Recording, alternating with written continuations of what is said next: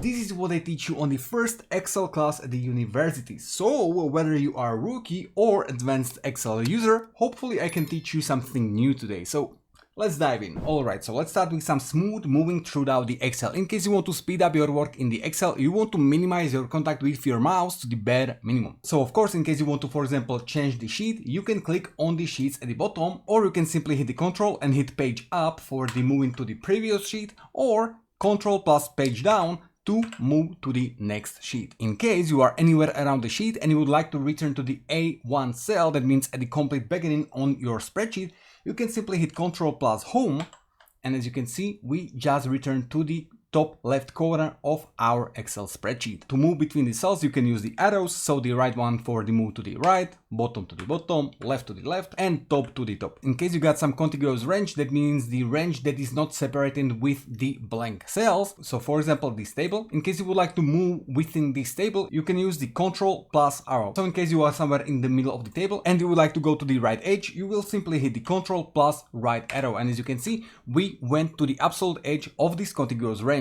The same works for the Control to the top. We are going to the top, Control to the bottom arrow, we are going to the bottom, Control to the left, we are going to the left. And thanks to this, you can easily move across the contiguous range. Okay, now when we are filling the data, so let's say name, I can use Tab to move to the next cell. So here we can write, for example, age, or in case we fill the name, can use Enter and we went to the cell under the previous cell. In case we would fill name, age with and tab, and then I will hit enter, we are going to the start so that we can fill entire row once again. So let's say John, age 20, enter, we are going again to the start. But in case we would be just select the age and hit enter, we are not going to the start of the contiguous range, we are just going once again to the one cell below. Hopefully you understand what I just said. And of course, in case you would like to go from the bottom to the top, that means from the 20 to the age, you can use the shift plus enter. You are going to the top, or going from the main cell to the left, you can use Shift plus Tab. So Tab to the right, Enter to the bottom, Shift Enter to the top, Shift Tab to the left. Alright, when we are talking about the data within the cells, we can see that the text is aligned to the left and the numbers are always aligned to the right. Of course, we can change the alignment, but in the default, the numbers are aligned to the right. So in case you got some problems with your formulas, it might be that your numbers are not identified as numbers, and therefore you simply cannot, for example, multiply them or summarize them or anything like this. In case you would like to write the numbers as a text, you can simply use the upper apostrophe and then you will write the number, so let's say 20. And as you can see, it's now aligned to the left, therefore it's identified as a text. Okay, now when we select the cell and we will start write anything, so Mark, you can see that we simply rewrite what was originally in the cell. But in case you don't want to do that, you want to only fill something to the end of the cell, you can select the cell, hit F2, and we are going to the end behind the last sign of the cell. So we can write, for example, John Wick, and easy as that. Okay, now let's say that you would like to write fractions. In case you would just simply write, for example, 3/4, you can see that it was automatically changed for the date, the 4th of March. So in case you want to write the fractions correctly, you will simply write 0 space and then the fraction. So 3/4 and voila. Let's say that our text exceeds the width of the cell. We can simply wrap the text. That means we will go for the home and hit the wrap text, and as you can see, it already divided the text into multiple rows. Or in case we don't want to use the wrap text feature, we can adjust the width of this column. So for this, come to the space between the A column and the B column until you can see this sign, and then you can or manually adjust the width, so just like this, or you can double click on this edge and it will automatically adjust the width to the length of the maximum word within this column. So let's say Antoinetta. So let's say we added one more. We can simply once again go between the columns A and B, and just like this, we adjusted the width of the column easily. But let's say you want to wrap your text manually. In case I would write year and I would like to go to the next row, in case I would hit enter, we are going to the row number 2. But let's say I would like to stay in the row number 1. So for this, F2 to go at the end of the year, and now I can hit Alt plus enter to wrap text manually. So now I can fill here, for example, 2026, enter, and here you can see we actually manually wrapped the text. Now we can also align it to the middle and easy peasy. Okay, now when we are selecting multiple cells, of course you can simply drag your selection to the edge, to the bottom, anywhere you want, but in case you got thousands and thousands of data, this would be just too long process. So for that, you can simply select the first cell, then you will scroll, for example, to the end of the selection, you will hold Shift, and then click on the end of the selection. And as you can see, we selected all of those cells between. So hit the first, Shift, hit the last, and it will select all of this area. We can of course also select multiple rows and multiple columns. So this was in case you would like to select the continuous area, but in case you would like to just make few selections, so let's say we want to select the year and 3/4 and the date, I can select the year, then hold Ctrl and select the 3/4 and the date, and now I can, for example, easily delete all of those. So for separate selection, use Ctrl and simply select the cells you want to select. Now also, for example, when you get selected area and you will write something, for example,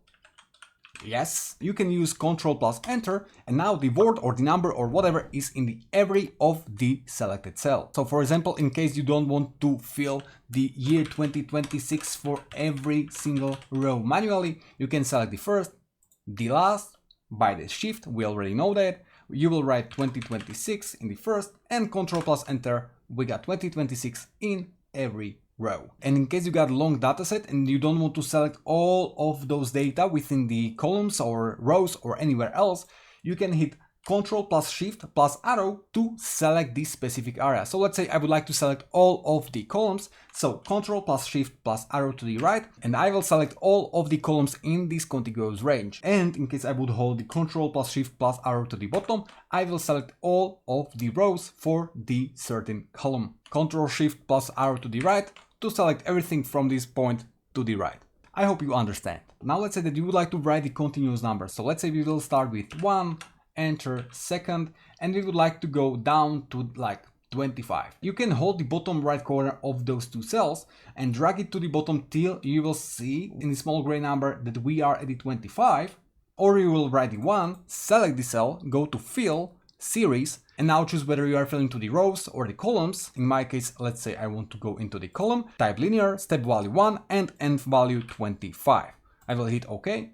And voila, once again, we got filled it up to the number 25. Let's say we got there another column and we got there February, so all of those would be the days in the month. I will write it once again so that it knows it will stay as the February. And now I can or once again drag the bottom right corner of this green rectangle, or as it already knows how long the continuous range actually is, we can simply select the first two and double click on the bottom right corner.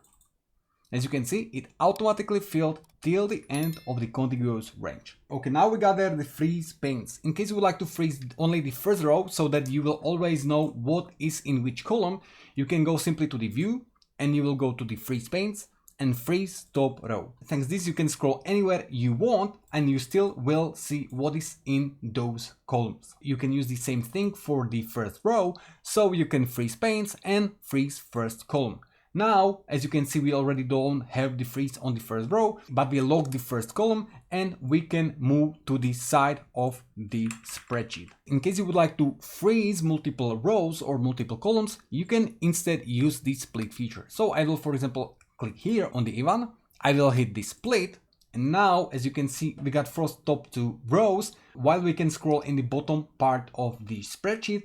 Or in case I would like to move to the side, once again, the first column is frozen while we see everything else. Now let's say that we would like to copy the formatting of those cells. That means that we would like this year looks just like all of those cells in the previous rows. For that, we are going to select the cell from which we want to copy the format. We will select the format painter, that means this brush, and we will simply select the cell to which we want to apply this format. In our case, the year. And as you can see, it just copied full format of this cell to this cell as well. Of course, in case you would like, you can apply your format to the multiple cells. So select from which you want to copy format, select the brush, and then select to which cells you want to apply this format. Once again, select multiple, and just like that. In case you would like to change all of those data from the columns to the rows, you can simply copy that, then you will select the cell where you want to paste it. So for example, this one, I will hit Ctrl plus V, and then here in the options, I will simply choose the transpose.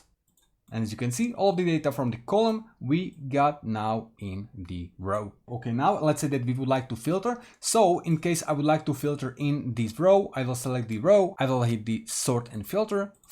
And now when you are filtering, so let's say I will go with John, we got only John there. But we can also use question mark to fill for any of the signs. So let's say like this, question mark, and it will still find the John. Or we can use the asterisk, so asterisk, and for example, let's say E, so the names that are ending with the E, and the asterisk will fill for anything with the any amount of the signs before. So let's say like this, so anything what ends with E, I will hit OK, and as you can see, we got it Dwayne and the Steve. So that's filtering. Once again, question mark replaces one sign, asterisk replaces multiple signs. And lastly, Ctrl+F is to find anything in case you would like. As you can see, 2026, you can use Ctrl+H to find and replace. So let's say I would like to replace all of the 2026 with the 2027. I will go replace all, and voila, we just replaced all of the 2026 for the 2027. Alright, we got there a few more like formulas and conditions and so on, but I think that should be it. This is all for this video. So in case you would like to see more videos like this on this channel, more Excel tutorials, Excel shorts, and many more of that, don't forget to hit the like and subscribe as well. And in case you would like to see the tutorials on these channels more regularly, you can become the member of our community to buy me coffee or lunch. By what you can help me to keep creating content for you. Thanks for watching. Hopefully I learned you something new. In case I did, you can let me know in the comment section what I learned you, what you actually didn't know you can do in the Excel. But for me, that's really all. So thanks for watching. Have a nice day and see you all in the next video. Goodbye.